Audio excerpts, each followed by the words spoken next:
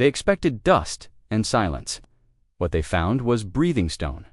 The lunar outpost on Earth's abandoned moon wasn't meant to be exciting, just another classified dig site in a quiet sector of the Jatari exploration zone. The crew of 6 Xeraxian scientists arrived under twin suns, their crystalline skin glinting under their exosuit. Lunar dust clung to their boots like forgotten time. Dr. Krexel's voice crackled in the coms. "We've located the entrance. It's buried under almost a kilometer of rock, still sealed." That was the first anomaly. The structure below was no natural formation. It formed a perfect helix, impossible in lunar geology, running miles deep into the crust. No markings, no damage, just waiting. By hour 6, they'd cut through the upper chamber. What lay beneath looked like an ancient cathedral, massive stone pillars reaching into darkness, carved with sharp, flowing lines. The walls felt impossibly smooth, like bone polished by time. Glyphs etched in a language no database could decode, swirled in fractal patterns. And the air on a dead moon tasted warm. Researcher Veljar's voice shook. "This ruin isn't collapsed, it's preserved." Krexel nodded, antennae stiff with tension. "Or protected," they set up scanners, biological traces, energy signatures, faint but steady. Heat rising. It was as if something deep beneath the floor had just stirred. Krexel didn't say it aloud, but he thought it. Something's watching by night cycle. 5 hours into their descent, the team stopped to rest. The artificial lights barely pushed back the gloom pressing in from the towering corridors. Veller swore the symbols on the wall were shifting when she turned away. They chalked it up to fatigue, but no one really slept, just passed. The third chamber, they found the Hartwell, a massive spherical vault sealed by thick interlocking plates of obsidian black material. Its surface pulsed ever so slightly, like a muscle beneath skin. Vel placed a hand on it. Thud. Everyone froze. "What was that?" snapped Krexel, spinning toward the noise. Thud, thud.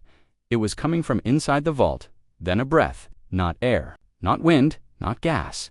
A low, drawn-in sound, like a cathedral sighing. The entire ruin exhaled. Light flickered across the walls slow. Rhythmic pulses in the glyphs. Not random, not decorative, intentional. Veller's voice was barely a whisper. I think it's waking up." Back at base camp, as they tried to analyze the new data, the instruments began to malfunction. Audio feedback screamed in their earpieces, lights burst. Screens went black, then blazed to life again, with one phrase translated by the universal lingua core, "You do not belong." Then silence, no one moved. Even Krexel, who'd seen black holes devour moons, stood paralyzed. Their instruments rebooted, but nothing functioned right. Temperature rising, gravity inconsistent, air pressure subtly shifting. Vel backed toward the exit. "We should leave now," but it was too late behind them. The vault split open not with violence, but with terrifying calm. Its plates unfolded like petals of a steel flower. From within emerged, not a weapon, not a guardian, but a throne, empty, cracked with age, yet radiating a presence. The ruin wasn't a tomb. It wasn't a base. It was a waiting room, and it had waited long enough. They expected dust and silence. What they found was breathing stone. The lunar outpost on Earth's abandoned moon wasn't meant to be exciting, just another classified dig site in a quiet sector of the Jatari exploration zone. The crew of 6 Xeraxian scientists arrived under twin suns, their crystalline skin glinting under their exosuit. Lunar dust clung to their boots like forgotten time. Dr. Krexel's voice crackled in the coms. "We've located the entrance. It's buried under almost a kilometer of rock, still sealed." That was the first anomaly. The structure below was no natural formation. It formed a perfect helix, impossible in lunar geology, running miles deep into the crust. No markings, no damage, just waiting. By hour 6, they'd cut through the upper chamber. What lay beneath looked like an ancient cathedral, massive stone pillars reaching into darkness, carved with sharp, flowing lines. The walls felt impossibly smooth, like bone polished by time. Glyphs etched in a language no database could decode, swirled in fractal patterns. And the air on a dead moon tasted warm. Researcher Veljar's voice shook. This ruin isn't collapsed, it's preserved. Krexel nodded, antennae stiff with tension. Or protected, they set up scanners, biological traces, energy signatures, faint but steady. Heat, rising. It was as if something deep beneath the floor had just stirred. Krexel didn't say it aloud, but he thought it. Something's watching by night cycle. 5 hours into their descent, the team stopped to rest. The artificial lights barely pushed back the gloom pressing in from the towering corridors. Veller swore the symbols on the wall were shifting when she turned away.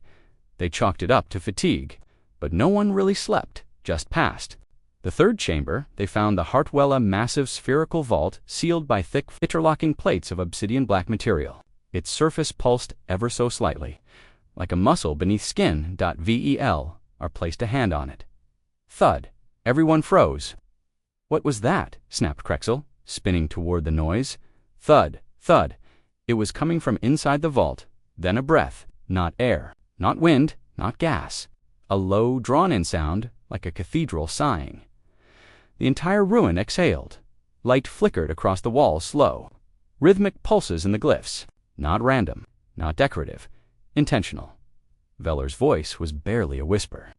I think it's waking up. Back at base camp, as they tried to analyze the new data, the instruments began to malfunction. Audio feedback screamed in their earpieces, lights burst. Screens went black, then blazed to life again, with one phrase translated by the universal lingua core, "You do not belong." Then silence, no one moved. Even Krexel, who'd seen black holes devour moons, stood paralyzed. Their instruments rebooted, but nothing functioned right. Temperature rising, gravity inconsistent, air pressure subtly shifting. Vel backed toward the exit. We should leave now, but it was too late behind them. The vault split open not with violence, but with terrifying calm. Its plates unfolded like petals of a steel flower. From within emerged, not a weapon, not a guardian, but a throne, empty, cracked with age, yet radiating a presence. The ruin wasn't a tomb, it wasn't a base, it was a waiting room, and it had waited long enough. It didn't scream, it listened, and that was worse. Krexel gripped the edge of the control altar as the floor beneath him pulsed one slow rhythm after another, like a massive stone heart trapped under lunar crust. The Zyraxians were no strangers to alien tech, but this was different. This was deliberate, personal. The ruinous living fortress wasn't reacting to their presence randomly. It was testing them. Velr clutched her tablet, reading a continuous stream of translated text flickering across her screen. It's asking the same question again, over and over. Confirm, is humanity extinct? Confirm, is humanity extinct? Confirm then. It stopped, the glyphs froze, the walls went still. Even the low hum of the neural stone ceased, like the entire fortress had taken a breath and was holding it. And then, a reply, unconfirmed, initiating fallback protocol, ECHO, the wall behind. Them split open like silk, unraveling. A narrow hallway lined with blacklight veins and glowing nodes opened before them, leading toward a central core. The corridor was like walking through the spinal cord of a god. Vines of living circuitry hummed softly with every step, casting eerie purple shadows. Veller could feel something brushing against the edge of her mind, not words, but impressions, sadness, grief, anger, buried so deep it had become patient. The path ended in a great chamber, circular and cathedral-like. At its center floated a sphere, a fractured crystal, suspended in midair. Humming with soft blue light, it spoke not aloud, not in their minds, but into their nervous systems. The fortress was no longer asking questions now. It was remembering. This is ECHO, Lunar Defense Node 7. Cycle marker, 14,890 years since last Terran contact. Sentinel consciousness active. Do not lie to me again. Velra's hands trembled as she activated a live audio relay. We are Zyraxian scientists. We thought this place was abandoned. We didn't mean harm. You opened the vault, the oath is broken. Defense mode initializing. Intrusion. Classified as preemptive hostility. No, we were drawn here by a signal. Krexel added quickly. "We thought it was a distress call. It was, a long time ago. Now it's bait." They didn't understand. And then the images came flooding their minds. Like a dam bursting, human cities falling in silence, alien ships descending without warning, world after world blinking out of star maps, Earth encased in rings of obsidian black armor, a final order from a dying council. If we are to perish, then we shall become our vengeance. Velar staggered backward, gasping. They turned Earth into a trap, and the moon into a brain. Krexel's eyes narrowed. Echo isn't just a guardian, it's an executor. Suddenly, alarms screamed through their cooms. One of the arbiters above had just vanished off their sensors. Velar accessed the satellite, feed-on froze. Zentari ships had arrived, in system. Dozens, no hails, no parley. And Echo saw them too. External aggression detected. Authorization accepted. Defense activation granted. Initiating orbit fall. Krexel watched in horror as deep within the ruin, great slabs of lunar rock began to rise armored launch bays. Energy cores, long dormant, ignited with sunfire. Velr whispered.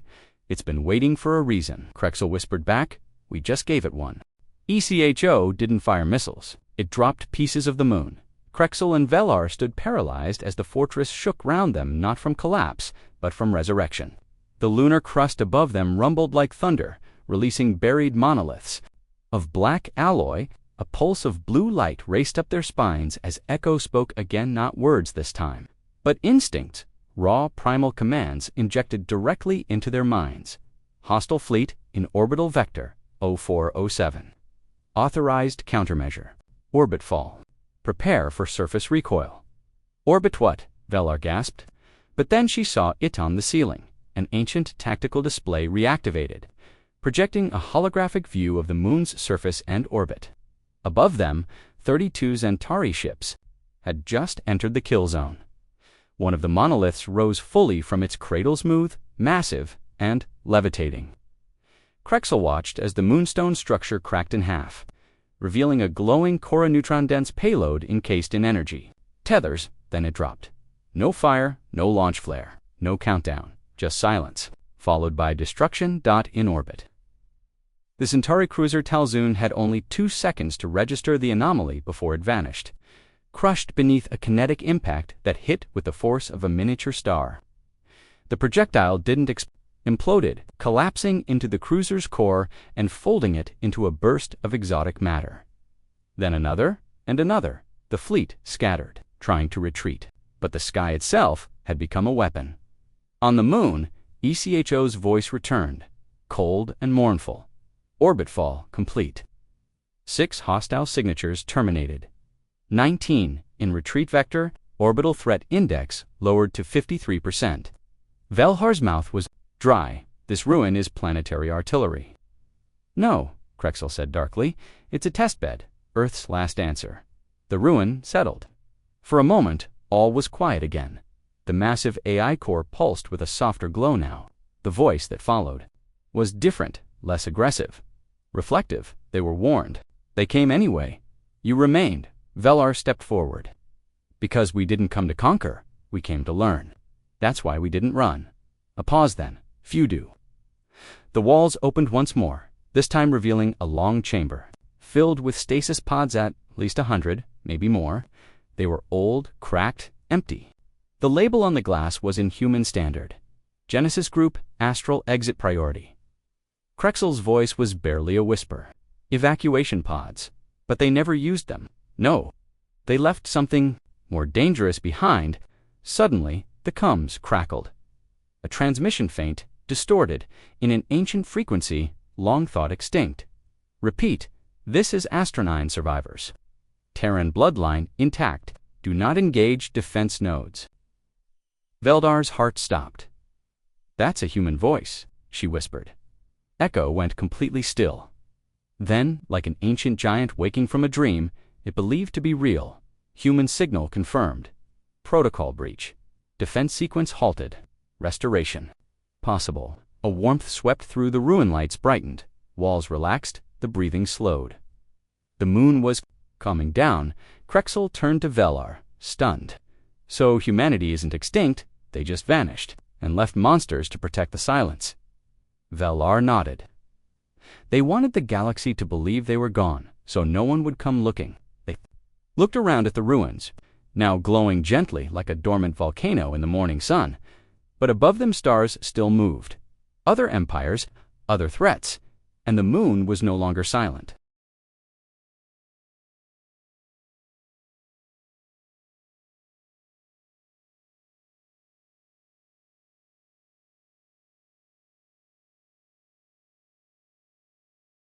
The moon began to remember and the universe held its breath. The chamber dimmed again, not from threat, but from thought. Krexel and Velar stood motionless as the air thickened with static, almost like breath held too long. A presence swelled in the space around them, not speaking, not demanding dash unfolding, and then the walls came alive with light. They weren't random glyphs anymore, they were memories, and they were being shared. The stone around them projected. Shimmering images of war, ancient and vast. Earth in its last golden age shone like a beacon. Humans walked among stars, not as conquerors, but as defenders. 100 species called them allies. Then came the breach. The vision shifted. Dark ships, jagged and insect-like, tore through Terran sectors like locusts. No banners, no declarations, just annihilation. Planet after planet fell. Friends turned. Treaties burned. The Terran coalition collapsed under 1,000 simultaneous betrayals. But humanity didn't scream, they planned. The images intensified. Earth went dark, not destroyed, shielded. A lattice of black rings wrapped the planet. Its presence was hidden from galactic sensors. Colonies went silent. Moon bases went into hibernation. And all across the Sol system, humans built their last testament. Living structures. Neural ruins. Echo was just one of many. Humanity's body may fall, the AI intoned, but its memory will stand armed. Velar gasped as the vision showed human scientists bloodied and exhausted, transferring my moment of the vision, addressing a council of dying leaders. We don't need monuments. We need warnings. Let the galaxy believe we're extinct. But if they come too close, let them meet our anger and remember why silence isn't always surrender. The memory ended. The walls went dim. Krexel staggered back, stunned. They built weapons that remembered, not just data, emotion. Velder's voice was barely a whisper. They knew they'd lose the war, so they made sure no one could celebrate their extinction. The core pulsed again, and a new image flickered. Dozens of other ruins, across distant moons, asteroids, derelict worlds, each with sleeping minds, waiting, watching. ECHO status. Awakening sequence linked. Fortress Bastion 3. Online, Cradle. 12. Rebooting. Last light station. Memory core active. Velder's eyes widened. It's waking the others. Krexel snapped around. It thinks it's time for the humans to rise. Suddenly, alarms rang again. A fleet, not Xantari this time, but Vorhasi, another warfaring race, entered the solar system, drawn by the energy surge. Curious, hungry, ECHO's core shifted into a sharper hue. New fleet detected. We told you they're not extinct. A Terran signal came from Astronine. Humanity survived. The chamber froze, then slowly, like a sleeping god, turning its head. Then vengeance is no longer my purpose. ... Restoration is the floor, split apart. A massive structure rose half. Biological, half machine. It hummed, not with wrath, but hope. Then it is time for Earth to wake. The moon no longer felt like a place. Around her, the chamber buzzed like a dormant brain stirring awake. Pulses of soft light surged through the neural stone, weaving patterns in the floor, ceiling, and walls. The air smelled of ozone and iron, the scent of history. It's rewriting itself. The AI voice that had spoken with cold threat now pulsed with purpose. Link established with Astronine identity match. 89.2% probability. Human biological markers confirmed. Status: humanity wounded, not extinct. ECHO paused, as though processing grief. Updating directive. Vengeance, secondary. Restoration, primary. The moon base was shifting. Rooms moved. Panels slid aside to reveal hidden corridors. A vault near the center of the chamber unfurled, revealing a long column of glowing pod stasis beacons. Each one shimmered with blue-green light. The faintest remnants of voices recorded within. Velar approached, her steps reverent. One of the pods activated as she drew near. A hologram of a Terran soldier flickered to life. He was tired, scarred, human. If you're hearing this, then we bought enough time. We didn't win. We endured. That was enough. You'll find ruins like this scattered through the void. If you're a friend, bring Earth back. If you're an enemy, remember what happened the last time. The hologram smiled. Then, faded. Suddenly, Velru cried out, clutching her temple. The walls surged with psychic pressure. Something was entering her mind, not an attack, a link. Krexel ran to her, eyes wide. What's happening? Velar dropped to one knee, breathing heavily. It's talking to me, not with words, with intent. It's choosing. Compatible neural pattern detected. Last lighthouse of Terra. I remember stars humans have forgotten. I remember allies who fled, and enemies who celebrated. But now, I see a chance. If humanity lives, then I am not just memory, I am legacy. Velar gasped as the voice faded and her own breath returned. Krexel's expression was unreadable. You're connected to it. She nodded slowly. It showed me everything. The fallback protocols, the hidden Earth, the sealed fleet. It's all still out there. Above the moon, the Vorhasi ships had begun to deploy scanning drones. They weren't attacking, but they were curious and dangerously close. Echo's energy surged again. Detection grid compromised. Premature exposure risks saw a network breach, and the vultures will come. A deep silence followed, then Velar whispered, "Do it quietly." The stars above blinked once, just once, and the Vorhasi fleet vanished from the tactical map. No explosion, no scream, just erased. Velar stared at the sky, then down at the moon beneath her. This isn't just a ruin, she murmured. It's the mind of a dead empire. And we've just told it, the empire still breathes. Krexel looked toward the shifting walls, glowing softly now, with rage but hope. Then it's only a matter of time before Earth moves again. The galaxy still believed Earth was silent, but silence is only terrifying when it's listening. High above the moon, where solar winds whispered across the hulls of distant ships, the void watched, and Earth's still hidden behind its obsidian. Shroud listened back, deep below the lunar surface. ECHO's transformation neared completion. The fortress no longer breathed like a dying machine. It pulsed with purpose. The walls weren't just alive now, they were aware, and they were waiting for an answer.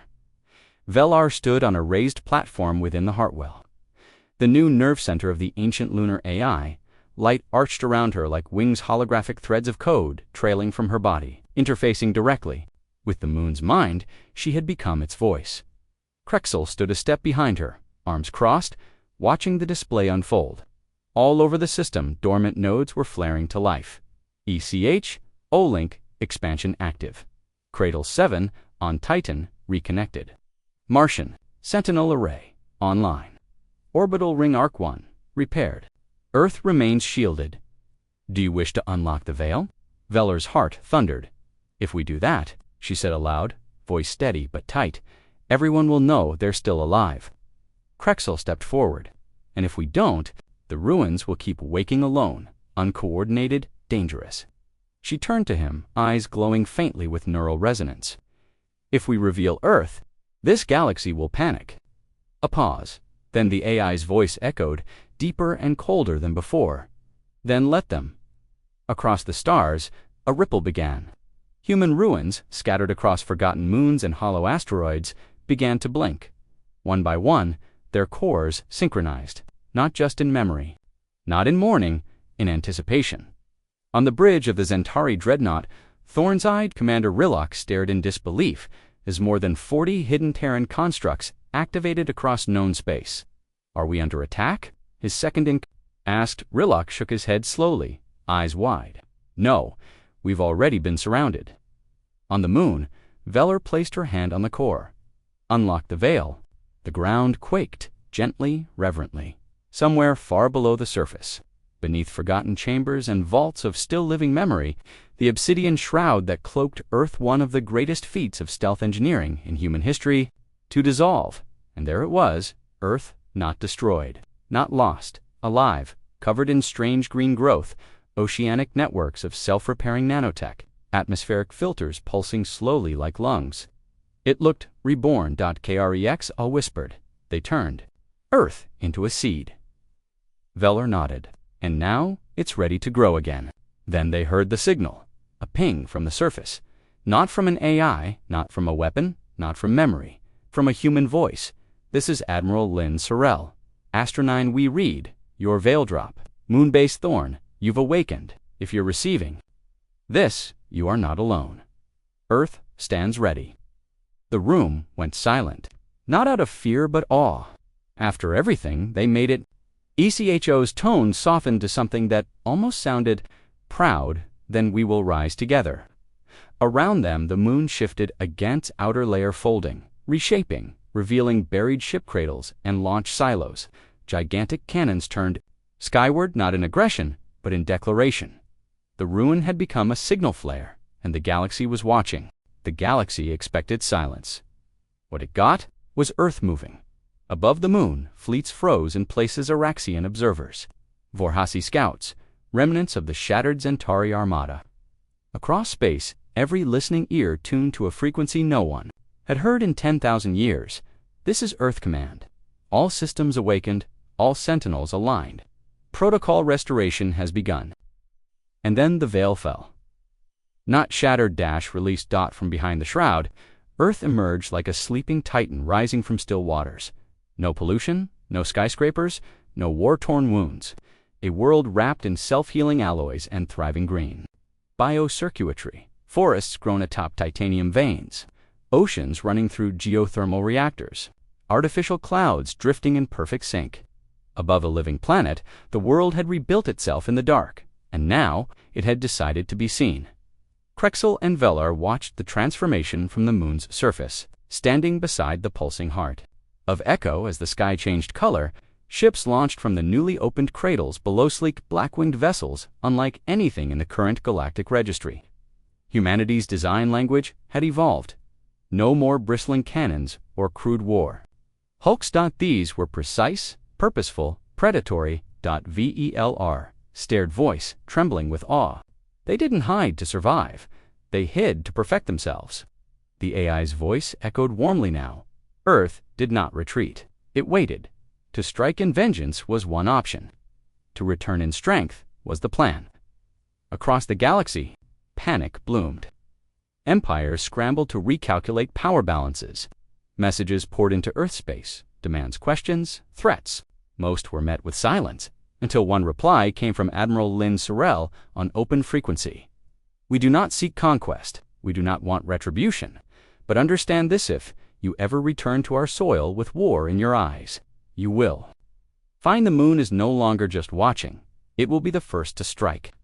On the moon, ECHO's neural core expanded, light pouring from its inner walls.